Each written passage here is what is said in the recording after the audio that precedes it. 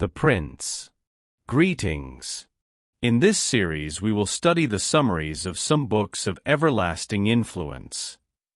One of such books is The Prince by Niccolò Machiavelli, about 500 years ago, on political philosophy. Primarily it focuses on how rulers acquire, maintain, and secure power. It argues that political success depends less on morality and more on effectiveness, where outcomes justify the methods used. At its core, the work emphasizes realism in governance. A ruler must act according to circumstances rather than ideals. When conquering new territories, it is essential to establish control quickly and wisely. One effective approach is for the ruler to reside in the newly acquired land, which both reassures the population and discourages rebellion. Alternatively, establishing colonies helps integrate the region culturally and politically. Equally important is neutralizing potential threats by supporting weaker neighboring states and preventing any rival from becoming too powerful. Machiavelli highlights the importance of anticipating dangers early. Like diseases, political threats are easier to address at their initial stages. Historical examples, such as the failure of Louis XII in Italy, illustrate how neglecting these principles leads to the loss of power. Similarly, the distinction between different political systems explains why some states are easier to conquer but harder to maintain, while others resist conquest but remain stable once controlled. A key theme is the relationship between virtue, skill, strength and leadership, and fortune, luck or circumstance. Success requires both. Even the most capable ruler needs favorable conditions, while good fortune alone is insufficient without the ability to act decisively. Historical figures like Romulus demonstrate how adversity can create opportunity, while others who gain power through luck must quickly consolidate their position through strong leadership and control of military forces. The text also explores the role of cruelty and morality.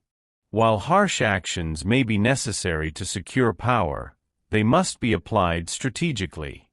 Swift, decisive cruelty can stabilize a regime, whereas prolonged or excessive brutality breeds hatred and instability. Leaders may also gain loyalty by improving the lives of their citizens, creating a sense of obligation and support.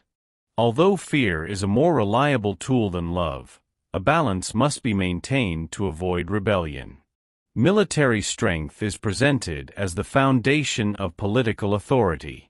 A ruler must constantly prepare for war, even in times of peace, as conflict is inevitable. Strong armies uphold laws and institutions, and reliance on mercenaries or foreign troops is strongly discouraged. Such forces lack loyalty and may ultimately turn against the ruler.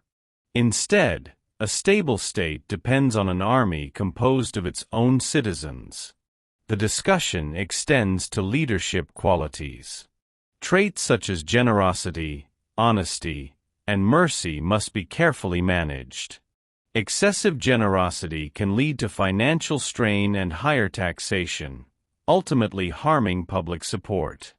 Therefore, a ruler must appear prudent and controlled in spending.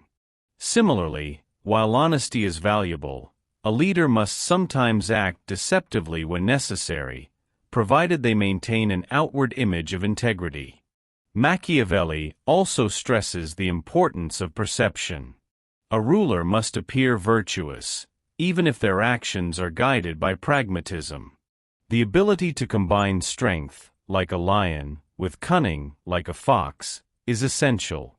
Leaders should be decisive in alliances, avoiding neutrality in conflicts, as indecision invites danger. Advisors play a crucial role in governance.